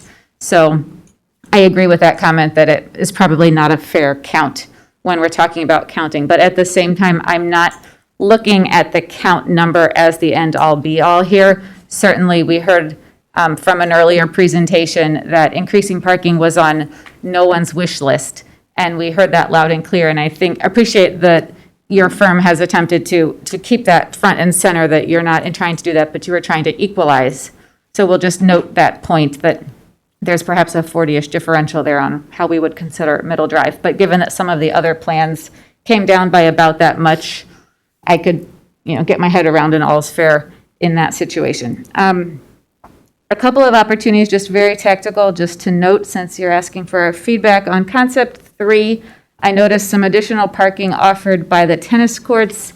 Again, in the spirit of, I don't know what the parking benchmark is, but I feel like that could save 3 extra trees if that wasn't added in, the additional parking on the second side of Overlook Drive there. I feel like that's expendable, and it would save us a couple trees and a little bit of impervious surface. And then just to concept 4, the big thing there was the entrance. I also noted what a resident did, that the entrance moves to be coming off of Michigan, and that is a significant shift to enter the park. And I don't remember, Scott, maybe you can remind me, in the earlier plans a while ago when we talked about entering the park with that option, is there any room for a direct off Sheridan approach to the same concept? I very much appreciate having the pedestrian and the bike lane separate and having that nice look. Mm-hmm. But coming off of the residential road versus Sheridan does make a significant change. Was there something previously looked at? No, that's always been the alignment. The alignment aligned with an old right-of-way. If you look on, there's almost an MWRD right-of-way across the street. You'll see another orange box across the street. It's the green space. I think it's adjacent to your house. There's like a little park there. MWRD owns that too. It was more of an alignment and offset with Sheridan Road, how far we could bring cars in to turn safely to make that left-hand turn. Because the movement now is all one. You just kind of hurry, make that turn and go right into the park. The idea was just to pull it in another, I think it's 160 feet or something like that, the total length. And I get it. There's concern. we're not advocating one or the other. We're merely sharing the idea that we think there's an opportunity to enhance the safety component of left-hand turning movements coming off of Sheridan into the park, one way in, not coming outbound. I'm not going to answer that question. I tend to agree with some of the other folks. There could be a safety hazard on the outbound movement, but on the inbound movement, it provides a safe refuge to get in off that road before turning in. And if there's people in that walkway, there's bikes in that walkway, and you're making a fast move in, you better be, I've done it a million times. It's loaded up at certain times of the day, all at that Sheridan Road crossing. Have we talked with the village any further about potential lane shifts or alignment at Sheridan to help address that situation and improve the safety? They just recently did all that with IDOT and making all those changes. That might be a big lift, I would suppose. But I mean, honestly, with any changes, it would require a traffic study. It would require way more detailed So this design hasn't been before it could be recommended. And I think the village just completed a traffic study. Correct. Which And- we could benefit from Right, learning. and we could certainly review, but I believe the conclusion was there were no major changes recommended in their traffic study. None. Right. That's correct.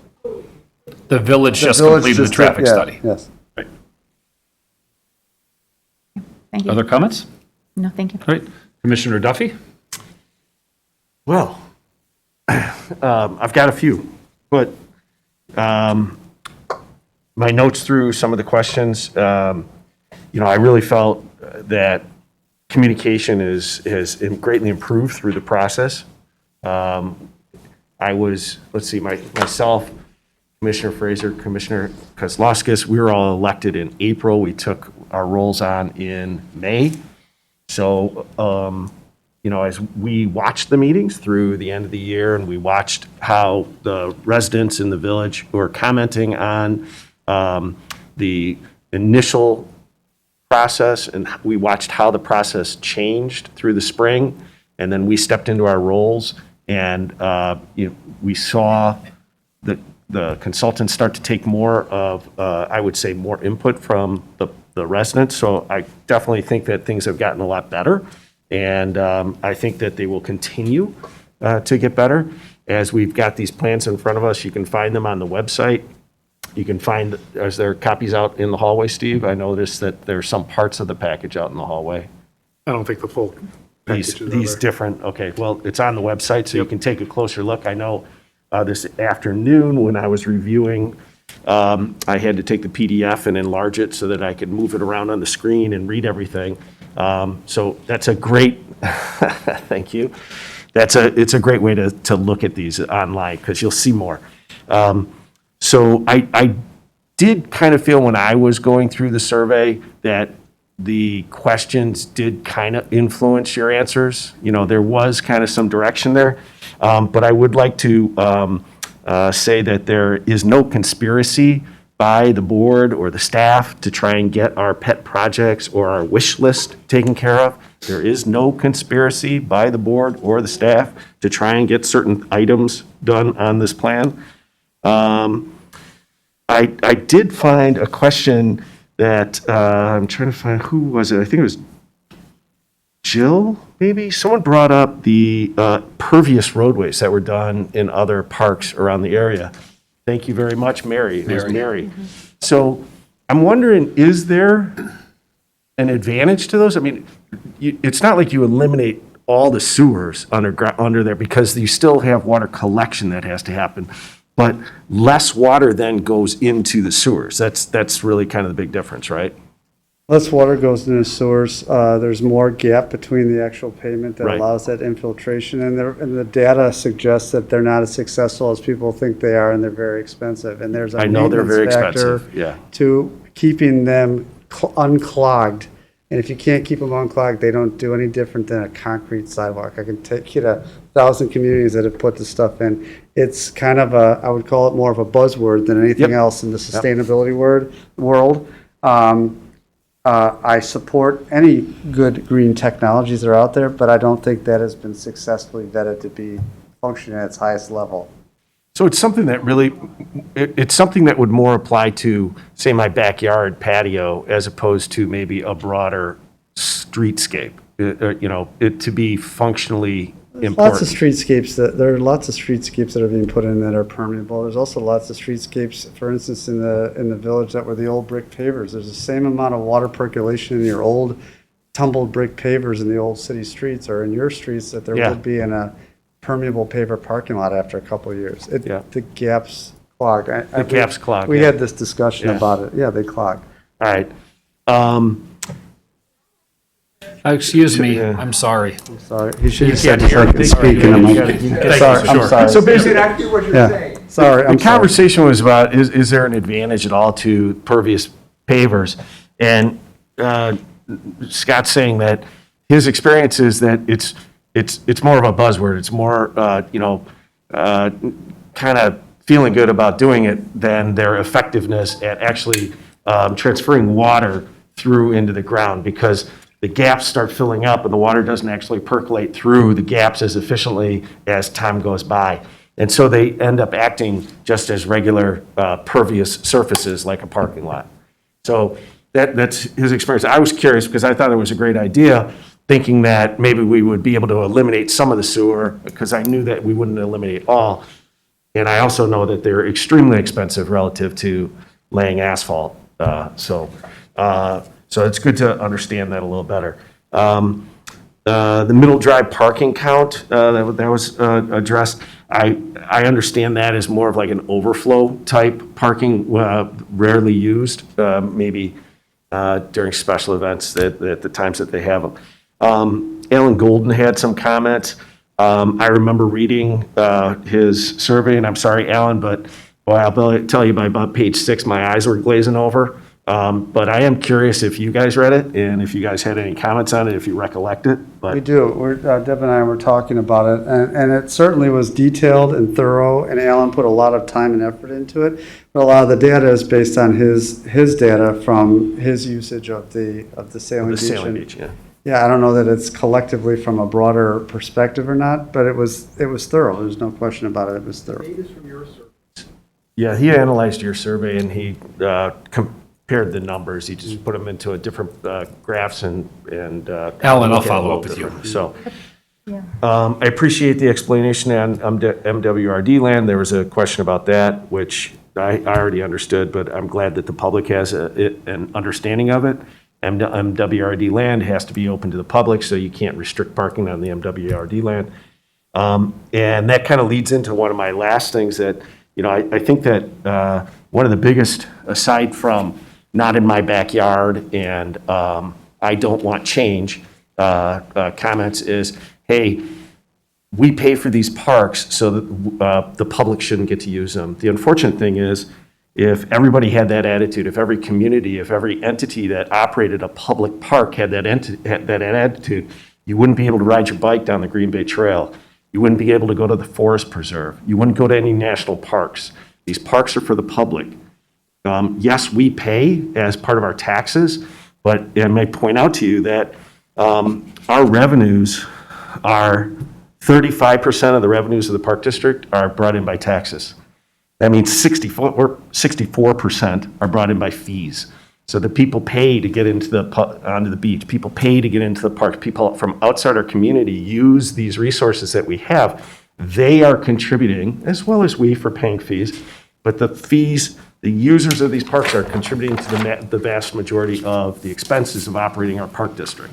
So keeping that in mind, this is a public park, just like the roads are public throughout our village. I know that the Michigan Avenue residents ran into the same problem that I did when I was trying to get Elmwood Dunes taken care of. And some of you may live by Elmwood Dunes and may not like what we did with that, creating a park there. But one of the challenges that we tried to take care of the residents that were not in favor of creating a public park there was we asked the village if they could do permit parking. Let's say public can't park there, only residents can park here.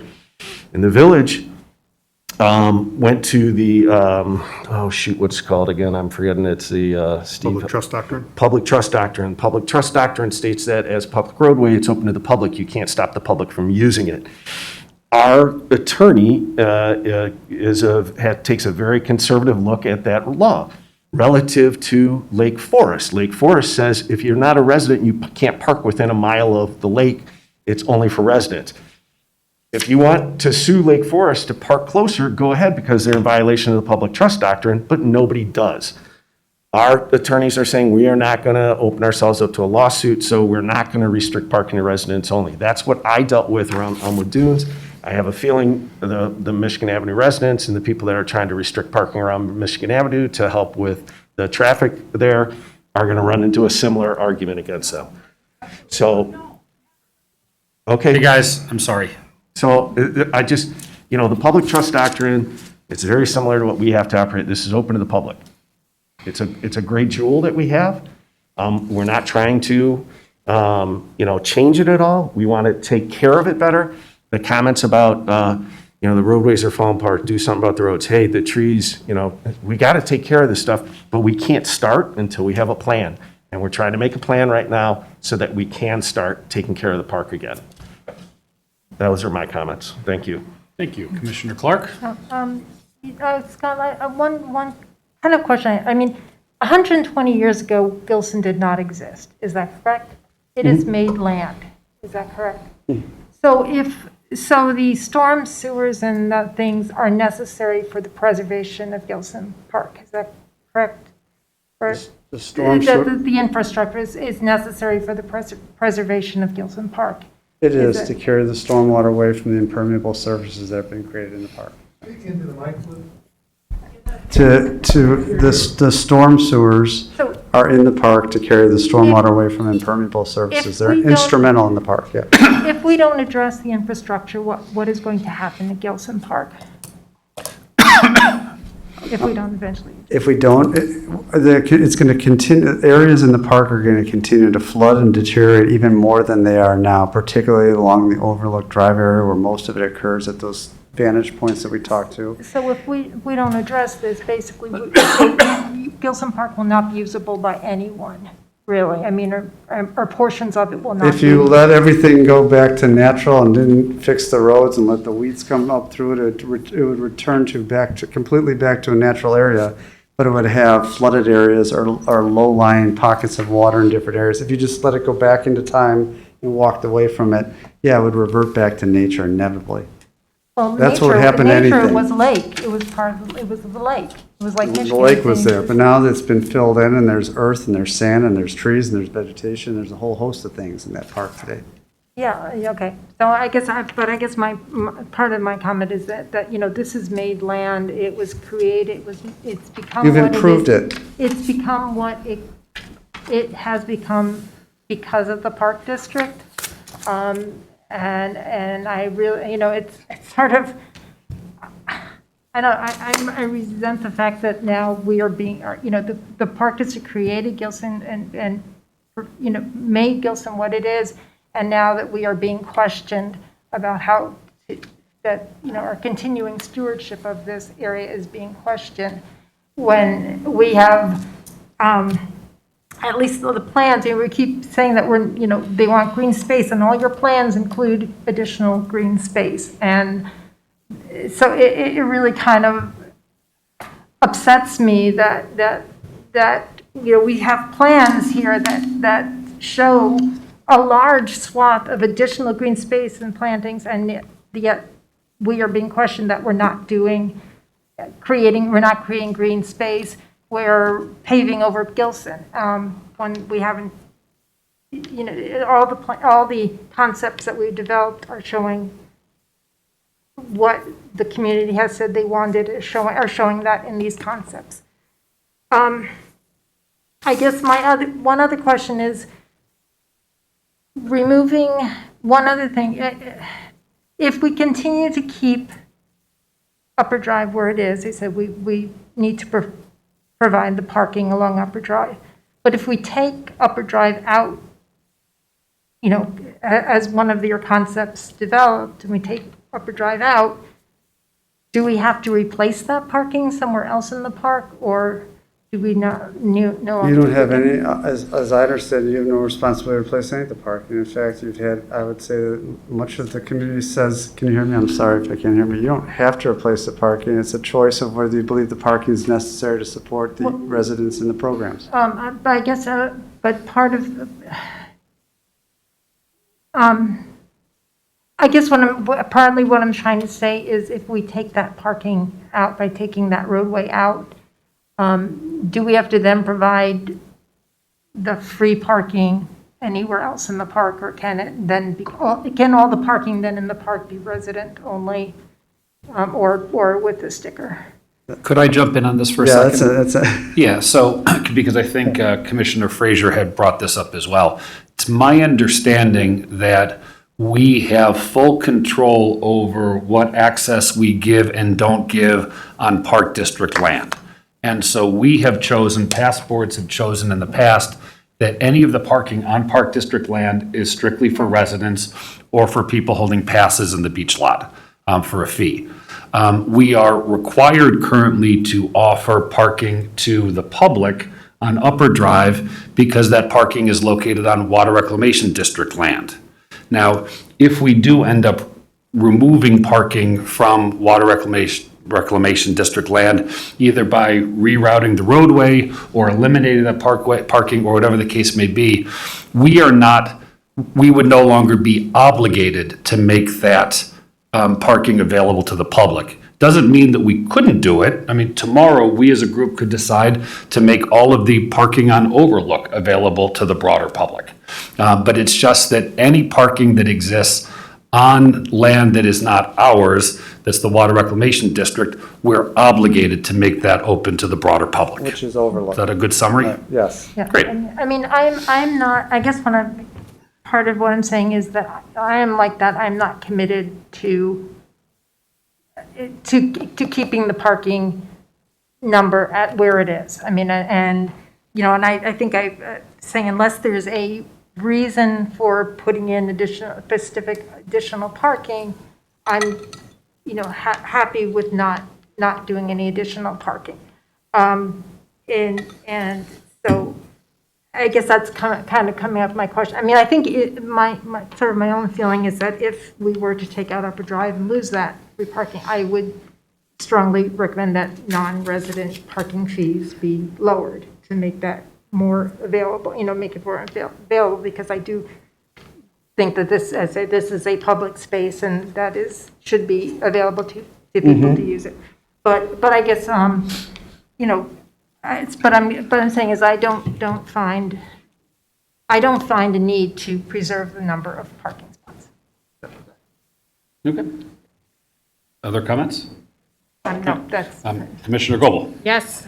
So thank you, everyone, for your comments so far. I'm hearing a lot of common themes and ones that I recognize. First of all, the community input phases are vitally important now that we have some concepts. So we have the opportunity for survey design, and we also have an opportunity to ensure that we have good attendance at our upcoming open house. So please tell your friends and neighbors once we set that date. I appreciated the concern about pedestrian and bike traffic in the southern part of the park, but I want to address and direct some attention to looking at north end pedestrian traffic. When we walked the park together a long time ago, it might have been February or maybe even last fall, a year ago, we talked quite a bit about the stairway and the aging structure. And there isn't really a safe wheelchair access right now, unfortunately. And so that's something to consider. At the north end, at the Lake Avenue entrance of Gillson Park, By the there's, service building. by the maintenance building. But you can get down at that newest walkway down into that's ADA Yes, you can. compliant. There's a new bikeway walkway. that I would combines not it. advise anyone in a wheelchair to do that without a strong handbrake. So I think we need to consider and think about that. But I would also note, just hearing some discussion of the traffic the entrance, again, in the south part of the park by Michigan Avenue.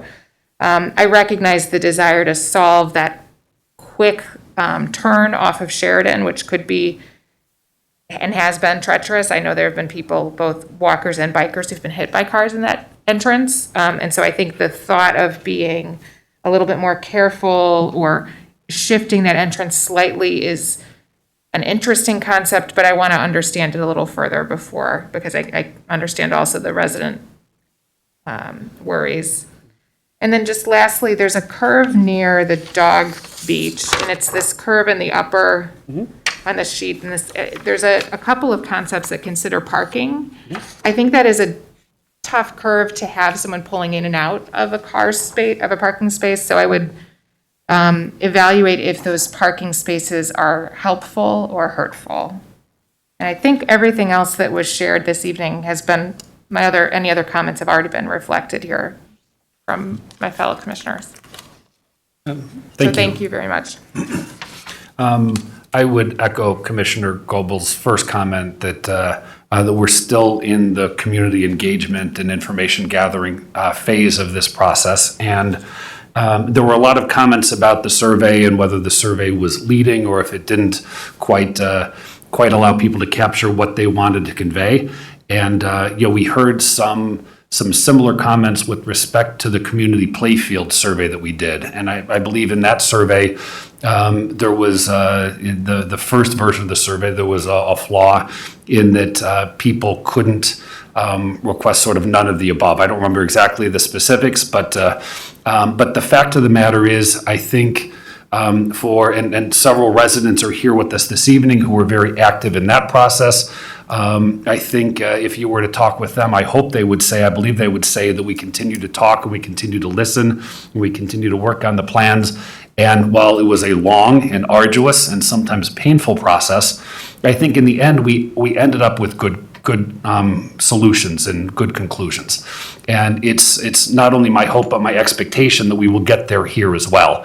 And so I certainly am anxious to receive additional community input. I think the first survey, it was long, it was esoteric, but the concepts were esoteric. I think that the next round, I expect where there are some specific ideas identified here, it's going to be much easier for someone to look at something like Commissioner Goebel had said with respect to the entrance, whether it should be on Sheridan or it should be on Michigan. And I think people will be able to say, I like this, I don't like this. I think it will be much easier for people to respond. So just because we didn't necessarily do it perfectly or less than perfectly the first time around, we're certainly not done with the process at this point. And we're going to continue, and we're going to continue to listen and continue to ask and so on. And again, I think to Commissioner Frazier's comment that I think as we get a draft of that survey, I think we'll try to do some internal testing and maybe some beta testing and then try to get something out that really does give everyone the opportunity to really let us know what they think. Because ultimately, that's what we want. And I can assure you of that. As I said, I was a bit surprised tonight. I expected to hear more comments about the specific plans. I know that they're new to everyone. They're new to us as well. So I think it's probably good that we're all taking a little bit more time to absorb them. And so I don't really have too many comments about the specific plans, but just to repeat what I think I've said in some other meetings, just some priorities for me personally as we look through this. And somebody had asked how we kind of evaluate these plans. And for me, the most important thing is that we make the park a safer place. And we make it a safer place for pedestrians and for cyclists. And quite frankly, that we de-emphasize motorized traffic in the park. That's important to me. Obviously, we need to address infrastructure failures. I think somebody talked about trying to bike on Upper Drive. Yeah, I have not been as brave as that person, but I've driven on Upper Drive and I've got the rattles and bumps in my car to prove it. For me, I don't think I'm going to be comfortable with any plan that doesn't show a reduction in overall pavement. I know that one of these iterations shows a slight increase. I'm not interested in a slight increase. I think everyone in the community has seen the Keep Gillson green signs out there. My goal is to make Gillson more green. I want there to be less pavement than there is today, even though we're going to have to put in some pavement for walkways and for bike paths. And that means for me, there's got to be some sort of a reduction in roadways. And so I thought these plans were very helpful. It gave us a chance to see the three most obvious ways that we could reduce motorized vehicular traffic. We could get rid of Middle Drive. We could get rid of Upper Drive, or we could get rid of the Washington entrance. And I think to Matt's comment, I agree that I think that getting rid of the Washington entrance, that sort of D plan creates some challenges. And Scott, I know I'm setting you up because I asked you to include that in this plan because it was this idea of no vehicular exit on Washington was out there before, and then it sort of disappeared. So I thought that we should keep it out there. I fully expect that that's going to be the first concept to go by the wayside, but we'll see what the other commissioners say, and we'll see what the community says. But I think it's helpful for us to kind of put those concepts out there, because ultimately, if we want to make Gillson more green, there's really only 3 ways to do it while making the park safer. There's been some talk about parking spaces. I think everyone has heard that that while there was a concept at the beginning of the summer that showed a dramatic increase in parking spaces, none of these concepts show that anymore, and no one on the board and no one on the staff and none of the consultants are pushing that. That was simply a brainstorming idea in the past, and that's exactly where it is in the past. I think Joe had talked about, I'm not sure if he's still here, it looks like he left, about how we care for our trees, and other people have mentioned that as well. And I will say, quite frankly, and by the way, I was on the board for 4 years a decade ago, and I've been on the board again 2 years now. We haven't done a good job caring for our trees. I think we all recognize that. And I think one of the things that you're going to see in this upcoming budget is we're going to invest more in staff and in people to take better care of our trees. I think there has been a push in the past about trying to be as efficient as possible and try to, keep everyone's taxes low and eliminate costs wherever we can. And sometimes we overshoot the mark a little bit, and we may have done that with that. But, Director Wilson and I were just talking today as we go into the budget process about how we're going to look at the Parks and Planning staff and what kind of additional expertise and additional assistance we need to make sure that we're not simply, getting the grass cut on time every week, but we're really caring for our trees. And I know that, was it 3-4 months ago, we approved landscape plans for a number of parks. And as we get those plans back, we want to get going on planting more trees. No one joins the park district to cut down trees. We all want to make sure that we can keep caring for our natural resources and adding to them. And obviously, if there are going to be some situations where a mature tree is eliminated, we're going to do everything we can to see as few of those situations happen. And you can't simply plant 1 or 2 young trees and call it even. We understand that as well. But I was on the phone with the village forester today, and I think the village takes down about 250 to 300 trees every year, according to the village forester, and they try to plant 250 or so trees every year. And it's a combination of trees kind of going through their life cycle, and obviously at some point they reach near the end of their life cycle and they can become unsafe. And probably every one of us has experienced the impact of a tree coming down in a storm or whatever. And so we want to avoid those situations wherever possible, but we want to be good stewards of these parks. And we want to make sure that we're planning not just for today and tomorrow, but for the next generation, the generation after that. So if you hear us talking about some plans that might remove some trees, and we talk about planting some additional trees, please hear at least me saying that I understand it's not a 1-for-1 and it's not in sort of an even situation. So we want to do everything we can to preserve as many mature trees as we can, but we also want to, keep looking, planting and for the future, so that we have mature trees at every point of the life cycle. And I think probably those are my comments at this point. I just want to, reiterate something that I said before. We're not planting anything until we have a plan.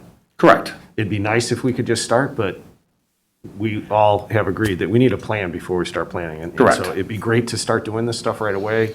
Do we have it in the budget? We could figure it out, but we need plans before we start planting. Absolutely. Any other questions or comments? So I assume at the October meeting, we'll have more information about community engagement and have some dates and some feedback to announce to the public to continue this process. Correct. Great.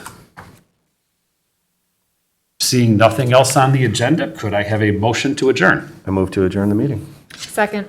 All in favor? Aye. Aye. We are adjourned.